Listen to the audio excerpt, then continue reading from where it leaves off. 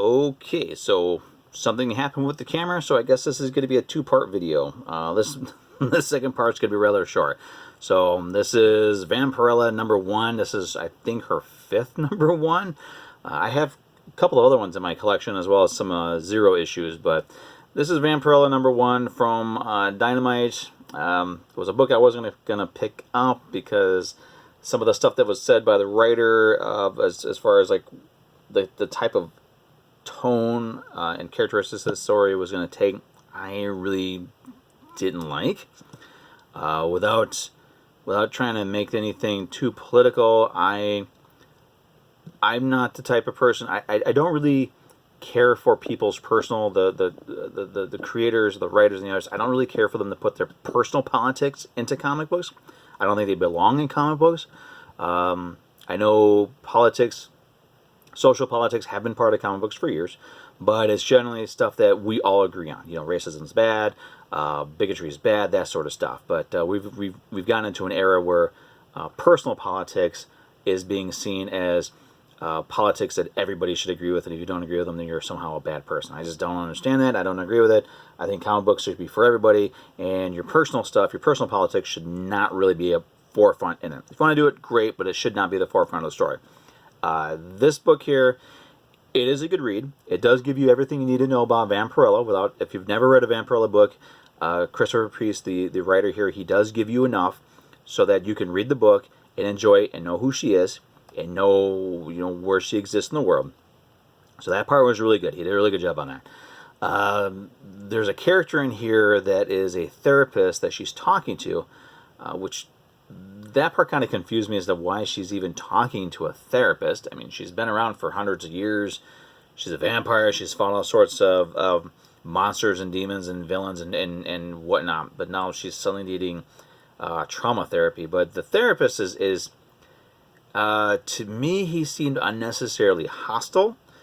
And some of the dialogue that the character says really seemed unnecessary in the book, and so I may or may not pick up the second issue. I'm not sure. Maybe if there's an issue, maybe if there's a cover that I absolutely fall in love with, like this one here. This is an amazing cover. If there's a cover in issue 2 that I really like, I may pick it up and we'll probably read it. But honestly, while I was reading this issue, I was wanting Vampirella to just rip this guy's throat out and just be done with it. But that said, if you wanted to check out Vampirella, if you've never read her before and you really want to know kind of who she is, there's enough in here. There's enough in here, and it should still be available at your local comic shop. So check it out. It's definitely worth reading the first issue, I suppose. So, as everybody who has watched my videos before knows, that I have pockets on my wall, and I like to fill my weekly books, my new buys, up on the wall. A lot of times there's space left over, so I fill them with other books from my collection. So I've got 3 spots to fill, so I'm going to do them with these ones here. Got Lobo #3. This is from an ongoing series back in the 90s. This is probably my favorite cover of all the Lobo books, and it's also one of the covers I enjoy because the logo of the title becomes part of the artwork. But I don't think I've ever actually seen a character grabbing the logo of his own book and using it to kill another character on the cover. But this is always been one of my favorite Lobo covers. It's actually one of my favorite covers of all time too. Definitely my top 20 favorite covers of all time. So got Lobo #3.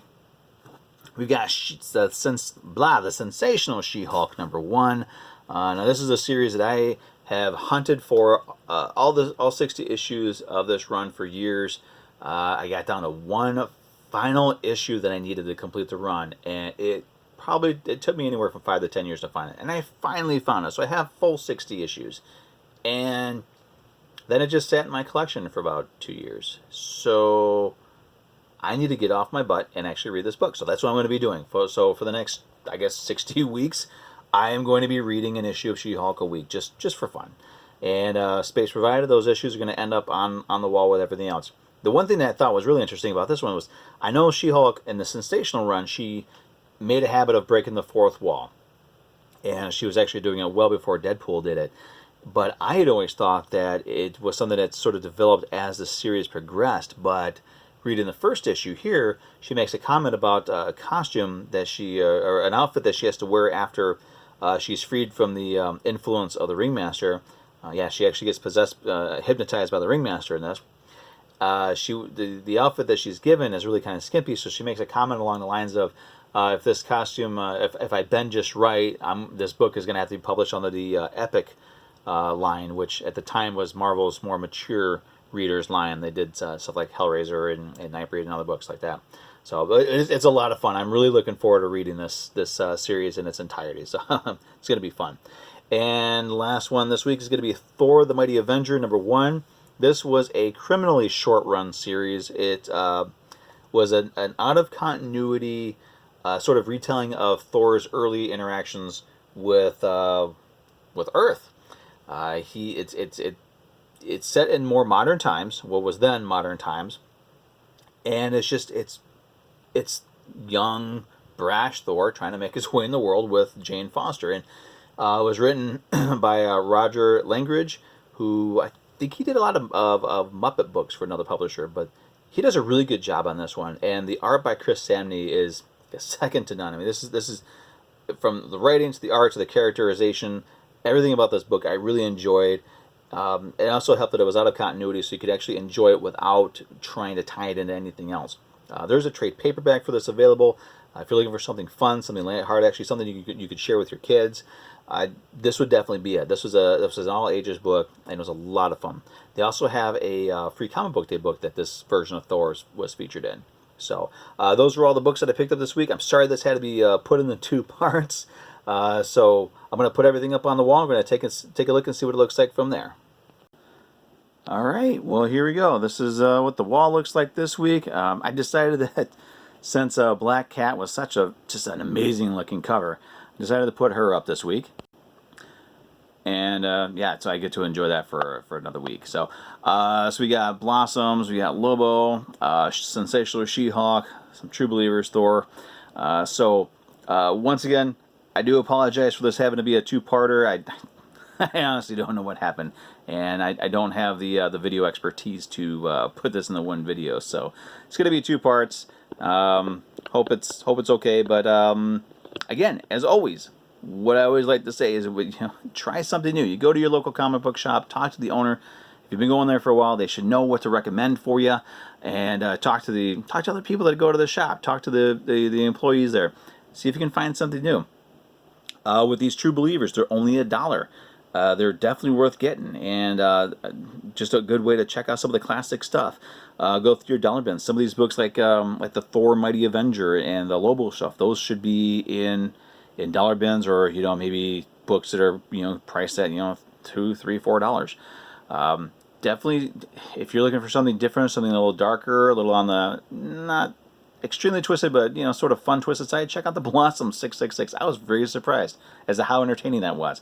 So that's it. I'm going to wrap it up. Get these out there for you. So again, thanks for watching. Please subscribe, comment. Let me know let me know what you thought about Vampirella. Let me know what you thought about Jughead the Hunger versus Vampironica. And yeah, just we can get a conversation started. That would be great. Like the videos, subscribe, share, whatever. Just have fun with it. Everybody have a good, I hope everybody has a good week. Those people that are in the areas that are going to be hit by the heat, take it easy. Take care of yourselves. This will be a good opportunity. Take some books to someplace that's nice and cool and air conditioned, and just maybe if you got to get caught up in your reading, this is the time to do it. Take it easy, be safe, and we will see you on Sunday with a Signature Sunday video.